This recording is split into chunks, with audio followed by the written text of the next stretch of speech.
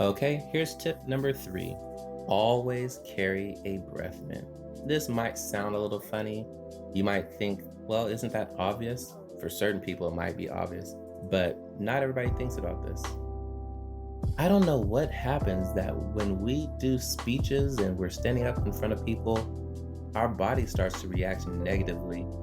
And sometimes our chemicals in our stomach, I don't know what happens, but it happens to a lot of people, and it's happened to me too. That's why I carry breath mints and I try to share it with others. Funny story, kind of funny, kind of sad. I remember being at a church and we were having such a great revival and a great time. And the pastor who was there, he was preaching and he delivered a great word. Then he called people up who wanted to receive prayer, and I went up there to receive prayer. And when he began to lift up my hands and put oil on my forehead and on my hands, he got very close to me and he began to speak to me, and I could not hear any of the words he was saying because I was doing my best to breathe out the side of my mouth. Like his breath was really, really bad. And I was trying to take small breath just so that he doesn't really notice, and just breathe out the side of my mouth.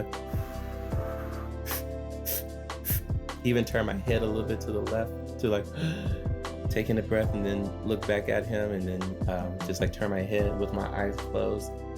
And it wasn't those quick prayers like, God is with you, God bless you. No, he was there with me for maybe about 2 or 3 minutes. And I don't remember anything that was prayed over me. Yeah, bring a breath mint. Now, some people will be like, oh, I'm fine.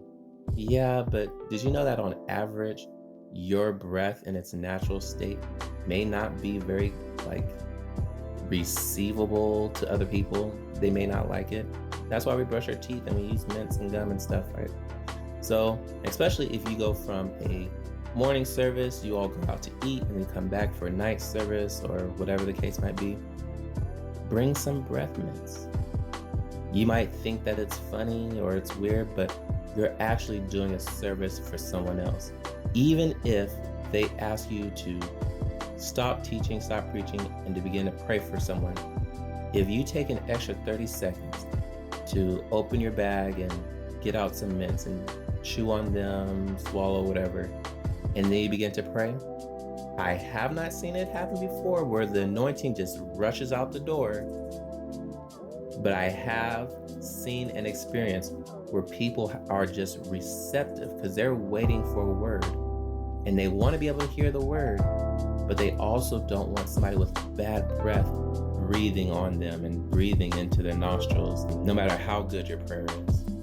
So please bring breath mints everywhere you go.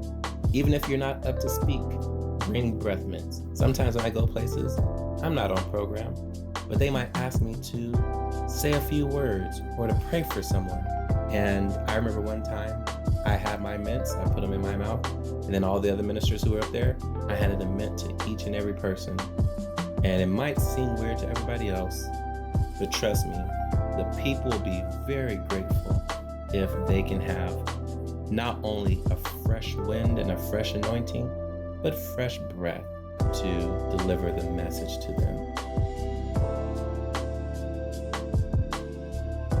Of course, people always say like and subscribe, and yes, I would like you to do that. But if you found this information helpful, then I would like you to share this directly with someone else who can benefit from it.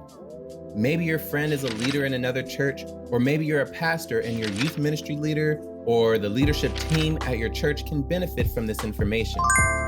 So by sending this directly to another individual, you're letting them know personally you support their growth.